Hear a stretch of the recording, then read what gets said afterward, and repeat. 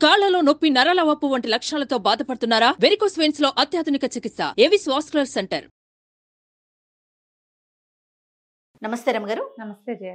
రమగారు, social media అనేది చాలా ఎక్కువైపోయింది. దాని ప్రభావం కూడా బాగుందండి. అది మంచికి ఎలా ఉందో చెడుకి కూడా అలానే కనిపిస్తా ఉంది. అవును. నిజంగా మీరు ఎప్పుడు చెప్తారు చూడండి, పదునైన కత్తి జయ, దాన్ని కూరగాయలు కోస్తామా ప్రాణం తీస్తామా అనేది ఉపయోగించే వ్యక్తి మీద ఆధారపడి ఉంటుందని. రీసెంట్గా ఒక ఇష్యూ అండి, ఒక తండ్రి ఒక కూతురు వాళ్ళిద్దరికి సంబంధించిన ఒక మంచి స్టోరీ, చిన్నదనమాట, సోషల్ మీడియాలో చూసాం. దానికి అది మనది కూడా కాదు, వేరే కంట్రీస్లో జరిగిన స్టోరీ. సోషల్ మీడియా కదా, అది ఎక్కడైనా టెలికాస్ట్ అవుతుంది, ఎవరైనా చూడొచ్చు. అలా చూసి మన వాళ్ళు ఇక్కడ కొంతమంది పెట్టిన కామెంట్స్ కనుక చదివితే అంటే ఎంత దిగజారిపోయాం. మనిషి ఆలోచన ఎక్కడికి వెళ్తోంది, వీళ్ళు రోజు అన్నం తింటున్నారా, ఇంకేమన్నా తింటున్నారా అనే ఒక ప్రశ్న వచ్చేస్తుందండి. అంటే బయటికి రావాల్సిన విషయం చెత్త ఏదో పొట్టలోంచి బయట రాలి వాడి బుర్రలో ఉందని అర్థం. ఇంక ఇవన్నీ చిన్న పదాలు, మనం విసర్జకాలే. ఇలా ఇప్పుడు ఇది చూసాం కదా, అబ్బాయిని అరెస్ట్ చేశారు రమ్మగారు. దానికి మన హీరో సాయిధరం తేజ్, రేవంత్ రెడ్డి గారు, మన సీఎం రేవంత్ రెడ్డి గారు, పవన్ కళ్యాణ్ గారు, వీళ్ళందరూ స్పందించారండి. వీడిని వెంటనే కఠిన చర్యలు తీసుకోవాలి ఇలాంటి వాళ్ళని. అదైతే మాత్రం చాలా ఆనందించదగ్గ విషయం. అరెస్ట్ కూడా చేశారు. ఎంత దారుణం కదా రమ్మగారు. అంటే ఈ డార్క్ కామెడీ అనేది జయ, ఎప్పుడు నేను చెప్తాను, టీచర్ల మీద జోకులు, అమ్మ మీద జోకులు, నాన్న కూడా కళ్ళు దొబ్బయ్యా అంటాం. తండ్రిని గౌరవించమని చెప్పం, మనం చూపించట్లేదు. ఈ చెత్తలు చూపిస్తాం. పిల్లలు ఏంటంటే గౌరవం చూపించే సినిమాలు, విషయాలు కొన్ని ఉన్నా వాటిని చూడరు, వెళ్ళరు. ఇవి పిచ్చివన్నీ వెళ్తాయి. ఇప్పుడు ఇలాంటివి చూసి చూసి చూసి క్రమంగా ఎలా అయ్యామంటే, మనం ఏ విషయం మీద అయినా సరే చెడుగా రియాక్ట్ అవుతాం. నువ్వు అది చెప్తున్నావు. నేను నిన్న అమ్మాయి పరమవీర చక్రం, మహావీర చక్రం అవార్డు తీసుకోవడానికి వచ్చారు. ఇంకా అంత విషయం జ్ఞాపకం లేదు నాకు. ఒక అమ్మాయి భర్త చనిపోయారు, ఆర్మీ ఆయన. ఆయనకి ఇచ్చిన అవార్డుని వీడియో తీసుకుంటారు కదా, భార్య తీసుకుని. చిన్న పిల్ల పాపం, ఏ 25-30 ఏళ్ళు ఉన్నాయో, సన్నగా నాజుగ్గా జాజిముగ్గల్లే ఉంది. మరి వాళ్ళ తీరు కావచ్చు, పిల్ల వయసు కూడా చిన్న. ఆ అమ్మాయి మీద ఎన్ని అసహ్యకరమైన కామెంట్లు చేశారో జయ, విచిత్రంగా ఉంది నాకు. భర్త చనిపోయాడు, ఆర్మీలో పిల్లలు ఉన్నారు, అమ్మా నాన్న ఉన్నారు, అమ్మాయి జీవితం ఏమవుతుందో ఏమీ లేదు. కోసం తన ప్రాణాన్ని త్యాగం కదా.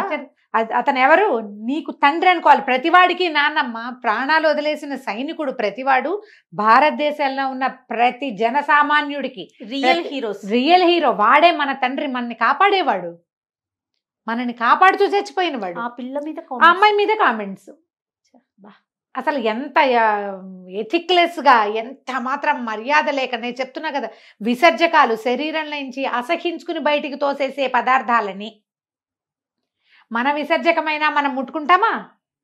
దాన్ని చెత్తని బ్రెయిన్లో, నోట్లో, వీళ్ళ కళ్ళల్లోనే ఉంచుకుంటున్నారు దౌర్భాగ్యులు.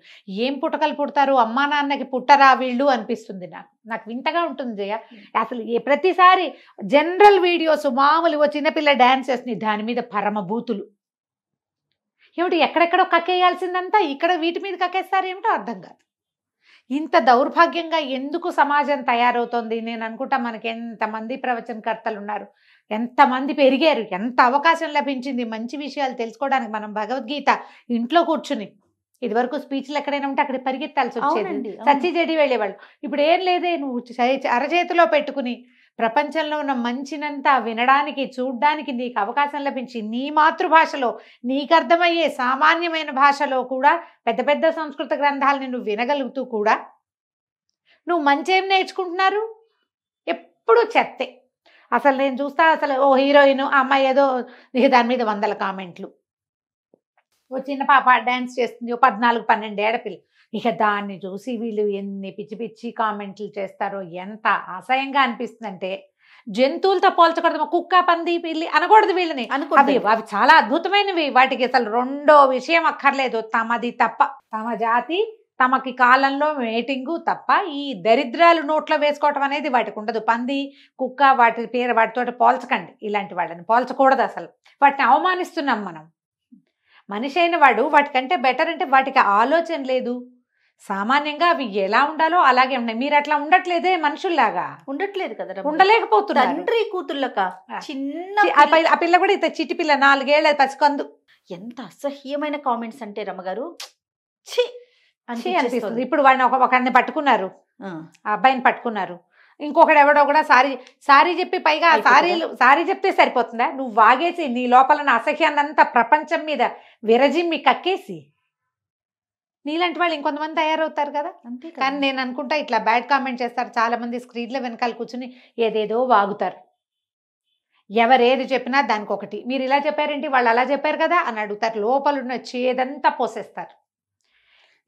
ఇలా ఒకడిని ఇద్దరిని అరెస్ట్ చేసి వీళ్ళని లోపల పెడితే ఈ చెత్తలు మానేస్తారేమో అనిపిస్తుంది. చాలా అంటే లోపల ఉంచటమే కాదు రమ్మగారు, చాలా కఠినంగా శిక్షించాలి. అవును, అది ఎంత కఠినంగా ఉండాలంటే ఇంకొకసారి ఒక ఆడపిల్ల మీద కామెంట్ పెట్టాలంటే భయపడేలాంటి శిక్షలు ఆడే కాదు జయ, మగవాళ్ళ మీదైనా ఎవరి మీదైనా దేని మీదైనా ఏ విషయం మీదైనా రిలేషన్ లేదా, రిలేషన్ లేదు, ఒక బంధం బాంధవ్యం, ఒక సంస్కృతి, ఒక మంచి ఒక చెడు అసలు ఏమీ లేవా? అసలే మనం రిలేషన్స్ పోగొట్టుకునే స్థితిలోకి వచ్చేసాం జయ.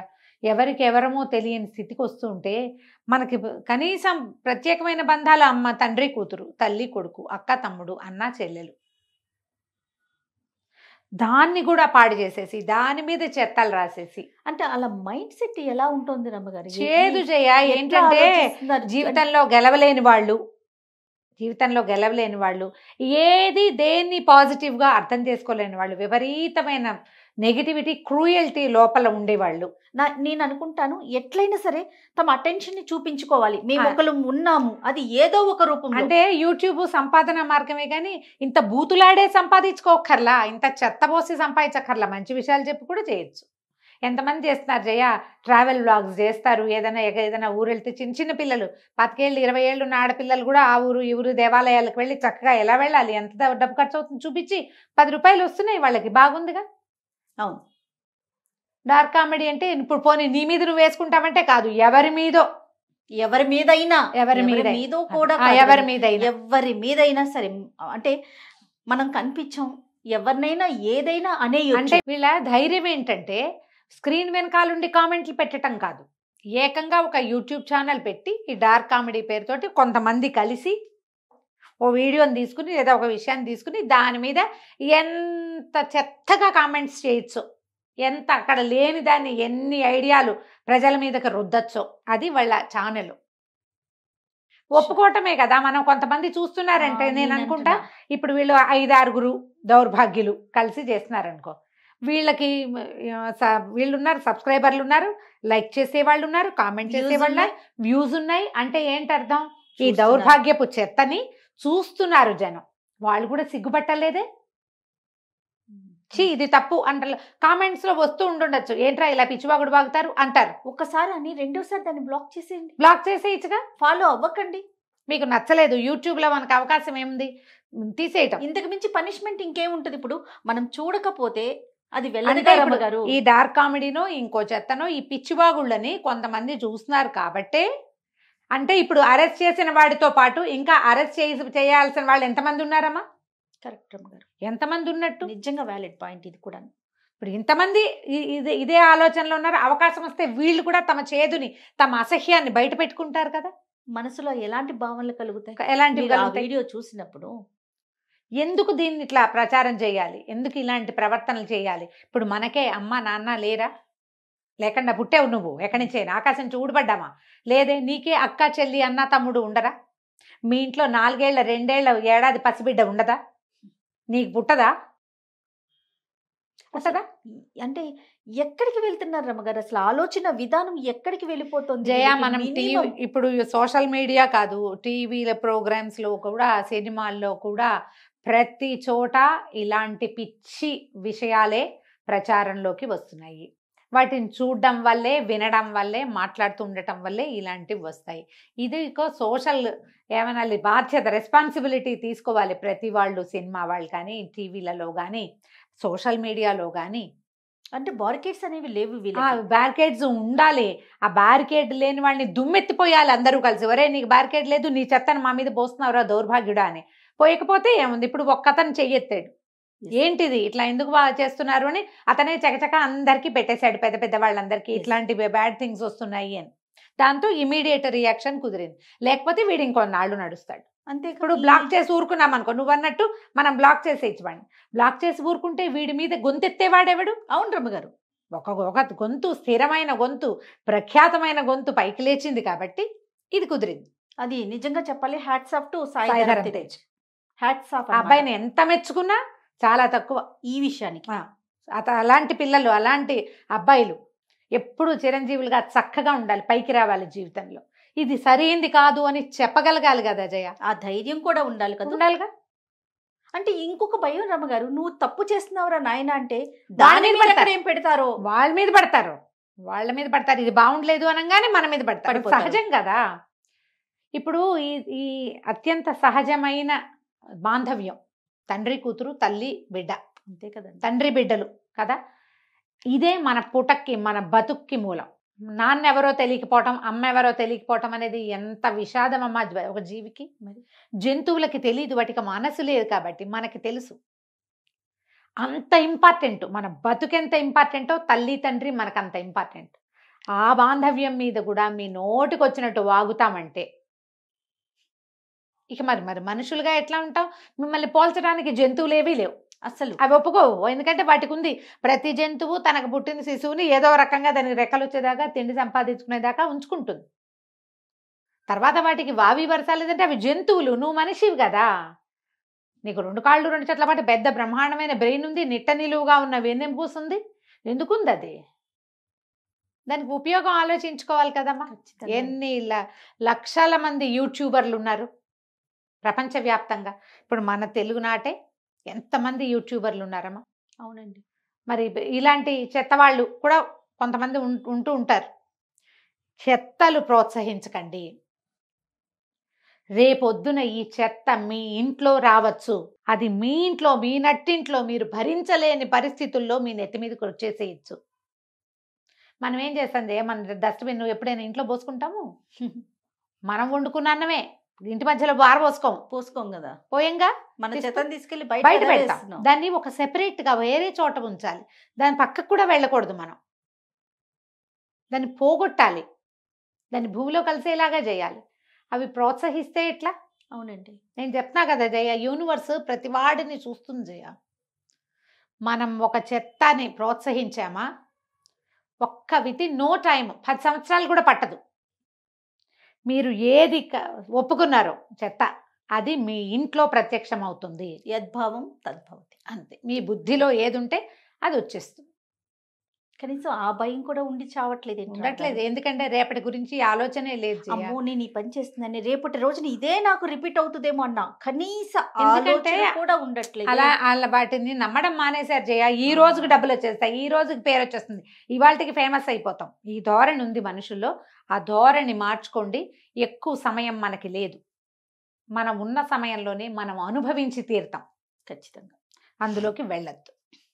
ఏ బ్యాడ్ కామెంట్ చేసేటప్పుడైనా ఆలోచించండి. ఎవరినైనా, ఈ పిల్లవాడో, ఈ పెద్దవాడో, ఈ వ్యవహారము ఇది మనది కూడా కావచ్చు. అంతే కదా. మీకు నచ్చకపోతే నాకు నచ్చలేదని చెప్పండి. బూతులాడేయకూడదు, అది తప్పు. అది నీకు కూడా వస్తుంది. నీకు అసహ్యం లేదా, నీకు అసహ్యం లేదు, నీ చెల్లికో అమ్మకో వస్తే అది మన సంస్కారం కదా. కదా మనం ఆలోచించాలి కదా. అది పిచ్చి వాగుళ్ళు మానేసేయండి. నచ్చపోతే వదిలేయండి. బాగుంటే ప్రోత్సహించండి, లేకపోతే బ్లాక్ చేసేయండి నిర్దాక్షిణ్యంగా. ఏమిటవుతుంది? సమస్య లేదు.